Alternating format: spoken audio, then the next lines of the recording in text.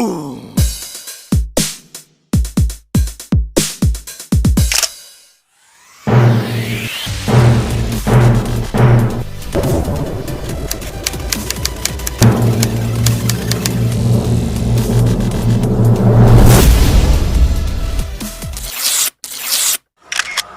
Assalamualaikum warahmatullahi wabarakatuh. Hamdan wa syukronillah, amma ba'd. Yang terhormat Ibu Maya Melita dan kawan-kawan yang kami banggakan, langsung saja marilah kita buka pertemuan ini dengan bersama-sama membaca basmalah. Bismillahirrahmanirrahim. Baik, di sini kami kelompok 4 akan mempresentasikan makalah yang berjudul Penyelesaian Sengketa Pasal 47 dan 48 di Pengadilan dan di Luar Pengadilan. Saya selaku moderator, nama saya Ahmad Zainal Arifin, NPM 1821030385. Izinkan saya memperkenalkan diri. Nama Siti Nurfadila, NPM 18210303. Perkenalkan, nama saya Yuni Istiani, NPM 1821030388. Nama saya Rika Rahmawati, NPM 1821030381. Nama Marina Salsa Noviani, NPM 1821030344. Perkenalkan, nama saya Rizky Maulana Saputra, NPM 18210304. Baiklah, mari kita bersama untuk dapat menyimak penjelasan materi dari kelompok kami. Di sini saya sebagai pemateri pertama yang ingin menyampaikan penyelesaian sengketa konsumen di luar pengadilan pada pasal 47. Penyelesaian sengketa konsumen melalui jalur litigasi terdapat pada pasal 47 yang berbunyi, penyelesaian sengketa konsumen di luar pengadilan diselenggarakan untuk mencapai kesepakatan mengenai bentuk dan besarnya ganti rugi atau mengenai tindakan tertentu untuk menjamin tidak akan terjadi kembali atau tidak akan terulang kembali kerugian yang diderita oleh konsumen.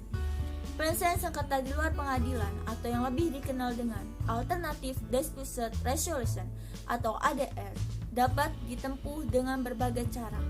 ADR dapat berupa arbitrase, mediasi, konsiliasi, minitral, sumari judicial, settlement, conference, serta bentuk lainnya.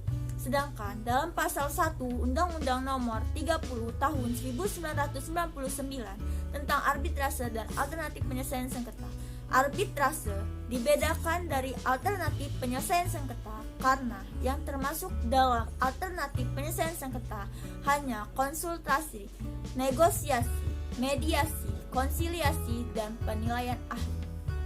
Dari sekian banyak cara penyelesaian sengketa di luar pengadilan, Undang-Undang Perlindungan Konsumen hanya memperkenalkan 3 macam, yaitu arbitrase, konsiliasi, dan mediasi, yang merupakan bentuk atau cara penyelesaian sengketa yang dibebankan menjadi tugas Badan Penyelesaian Sengketa Konsumen.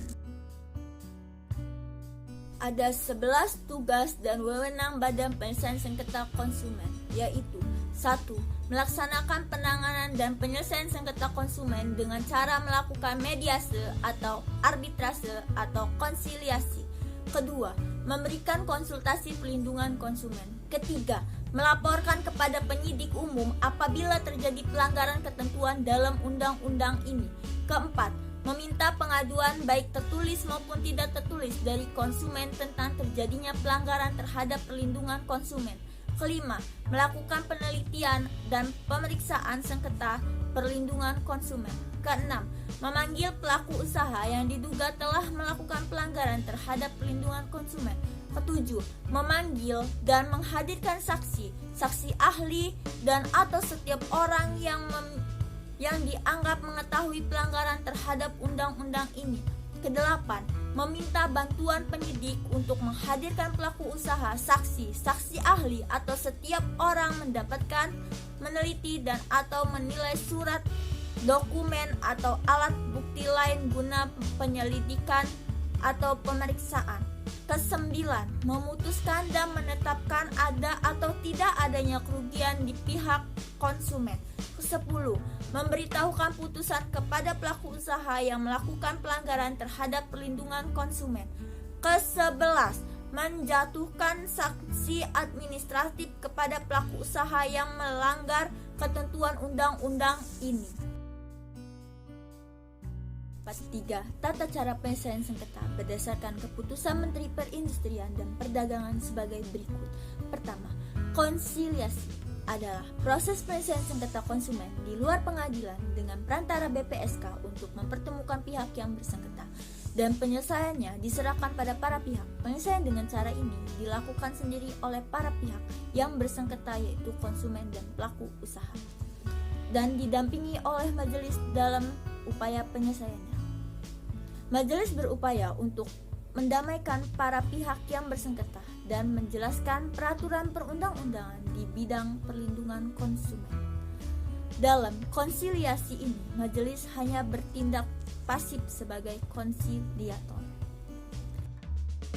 Kedua, mediasi merupakan proses penyelesaian sengketa konsumen di luar pengadilan dengan perantara BPSK sebagai penasehat dan penyelesaian diserahkan pada para pihak yaitu konsumen dan pelaku usaha. Penyelesaian dengan cara ini dilakukan sendiri oleh konsumen dan pelaku usaha yang bersengketa dengan didampingi oleh majelis yang bertindak aktif. Dalam pasal 5 ayat 2 KMPP nomor 350/MPP/12/tahun 2001 dengan maksud majelis bertindak sebagai mediator dengan memberikan nasihat, petunjuk, saran, dan upaya-upaya lain dalam menyelesaikan sengketa. Namun, keputusan atau kesepakatan dalam penyelesaian sengketa tetap diserahkan sepenuhnya kepada konsumen dan pelaku usaha yang bersengketa, kemudian dituangkan dalam perjanjian tertulis antara para pihak yang bersengketa. Selanjutnya, yang ketiga adalah penyelesaian sengketa melalui arbitrase.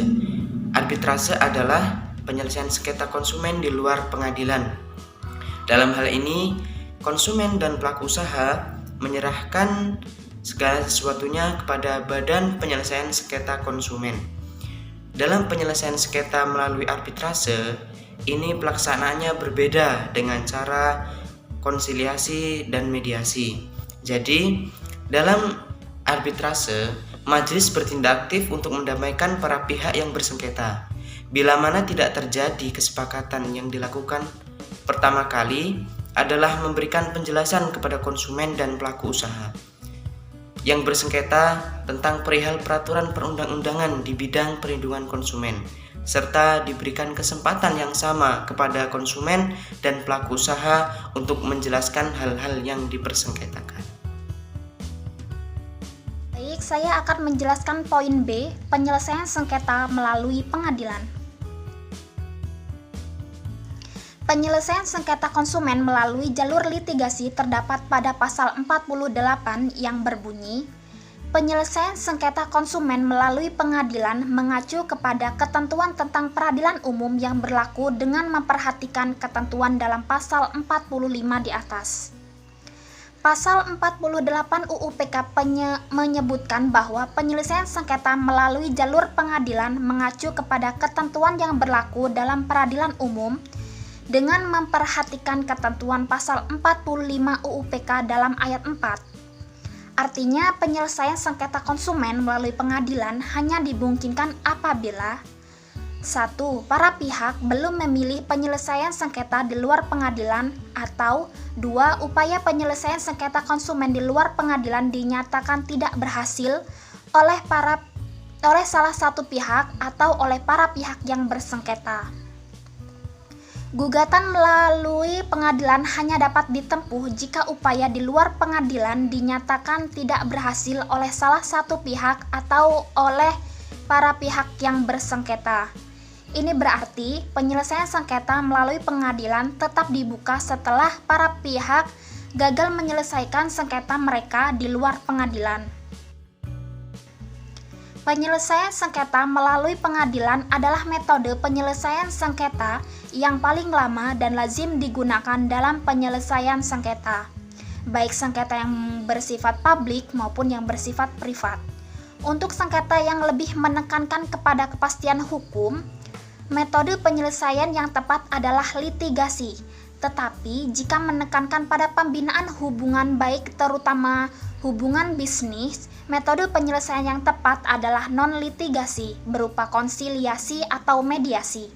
Penyelesaian sengketa melalui jalur litigasi yang idealnya lebih memberikan kepastian hukum bagi para pihak, terutama pihak yang dimenangkan, karena putusan hakim yang telah berkekuatan hukum tetap bersifat mengikat.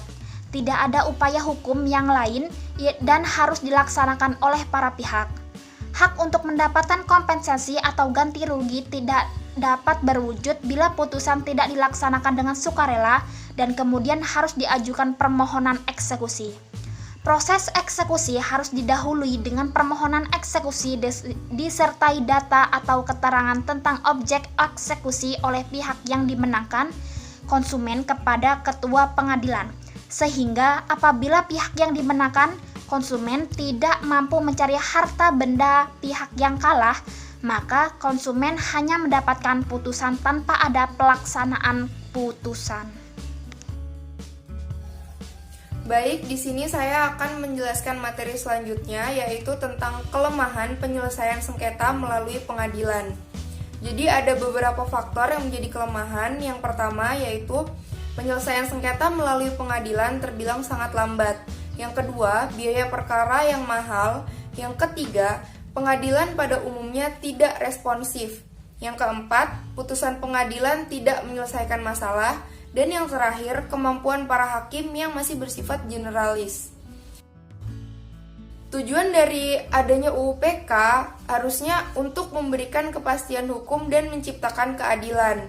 Kepastian hukum itu meliputi segala upaya berdasarkan hukum pemberdayaan konsumen, memperoleh atau menentukan pilihannya atas barang dan jasa kebutuhannya, serta mempertahankan atau membela hak-haknya apabila dirugikan oleh pelaku usaha yang menyediakan kebutuhan konsumen tersebut. Tetapi pada praktiknya masih jauh dari kata berhasil, karena kebijakan pemerintah dalam melindungi masyarakat belum memiliki dampak besar dan hanya sebatas tingkat peraturan saja dan belum berlaku secara efektif di lapangan. Sementara masih banyak kita jumpai eksploitasi konsumen.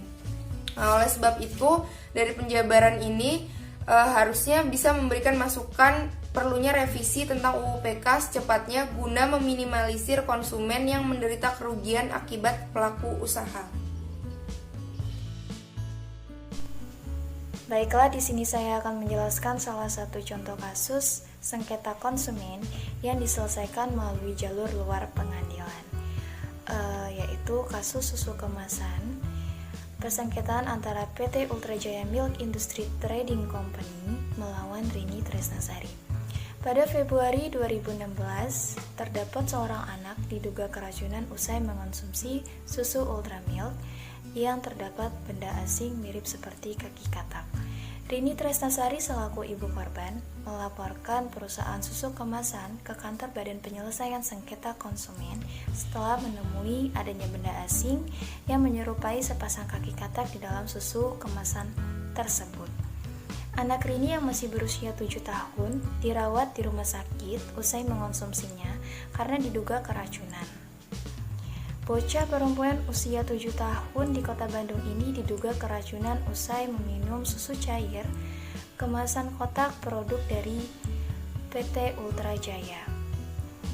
Namun versi produsen mengatakan bahwa itu merupakan sebuah endapan lemak, bukan sepasang kaki katak. Kronologis kejadian sebelumnya, Rini, ibu dari korban, menyimpan produk susu kemasan tersebut di dalam lemari yang berada di rumahnya agar tidak lembab. Rini membeli sejumlah susu kemasan untuk anaknya di salah satu supermarket yang dekat dengan kediamannya. Setelah sekitar 4 hari membelinya, salah satu susu kotak tersebut dikonsumsi oleh anaknya. Penyelesaian sengketa konsumen dilakukan di luar pengadilan, yaitu melalui Badan Penyelesaian Sengketa Konsumen Kota Bandung.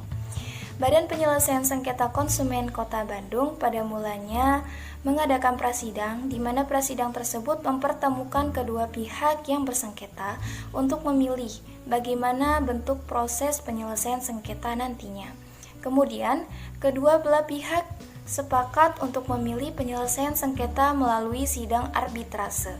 Namun, ketika sidang arbitrase dilaksanakan, belum menemukan titik temu mengenai besaran biaya ganti rugi. Sehingga Badan Penyelesaian Sengketa Konsumen Kota Bandung mengadakan mediasi, yaitu usaha perdamaian antara kedua pihak yang bersengketa untuk mencari titik temu dengan disaksikannya Majelis Hakim Badan Penyelesaian Sengketa Konsumen. Dalam hal ini, Majelis Hakim Badan Penyelesaian Sengketa Konsumen bersikap aktif dan turut memberikan ketetapan.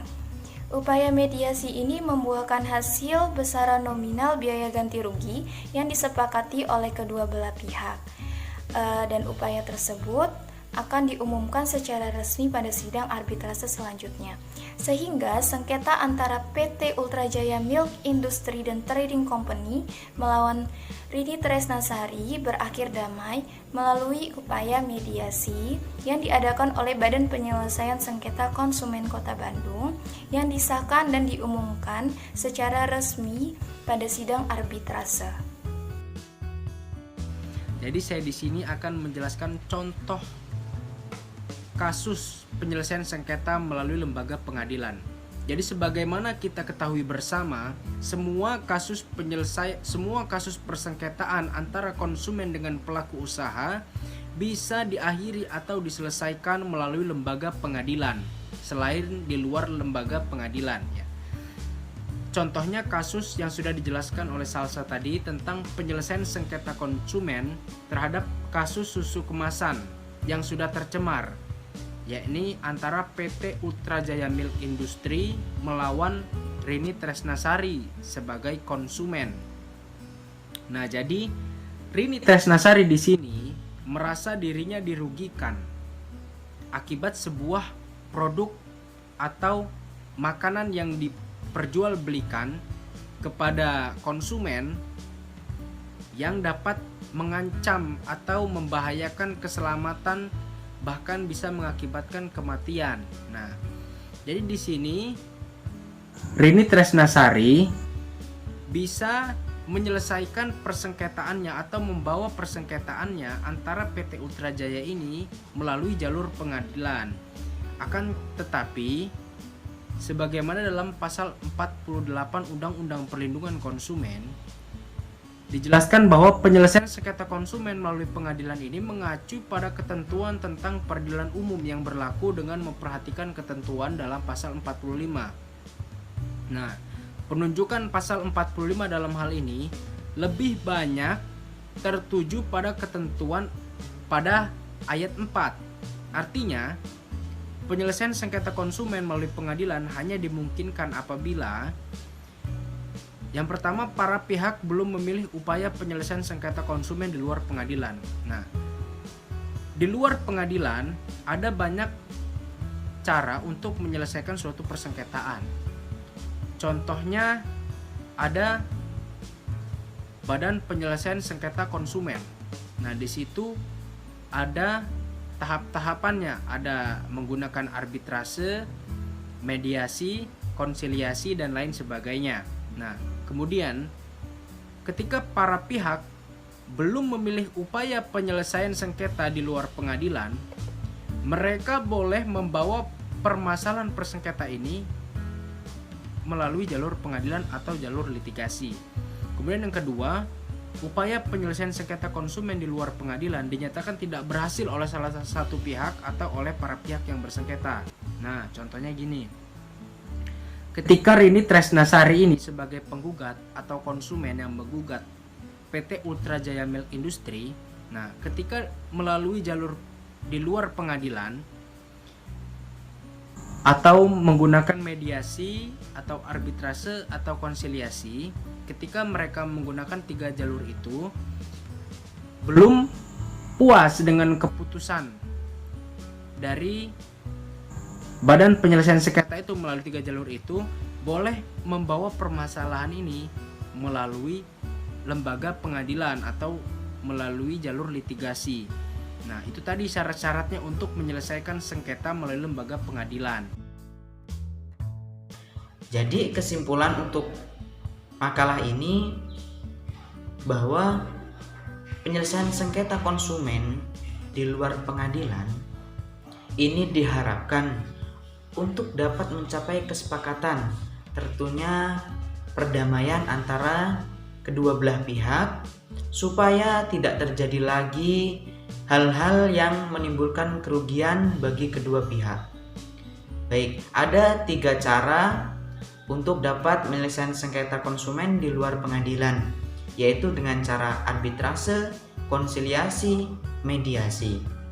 Sedangkan penyelesaian sengketa di dalam pengadilan ini melalui jalur litigasi, yakni manfaat dari penyelesaian sengketa di dalam pengadilan yakni mendapatkan kepastian hukum dari hakim, sedangkan putusan hakim bersifat mengikat. Jadi kalau menyelesaikan sengketa di dalam pengadilan itu lebih terjamin kepastian hukumnya. Akhirul kalam, wallahul muwaffiq il aqwamit thoriq. Wassalamualaikum warahmatullahi wabarakatuh.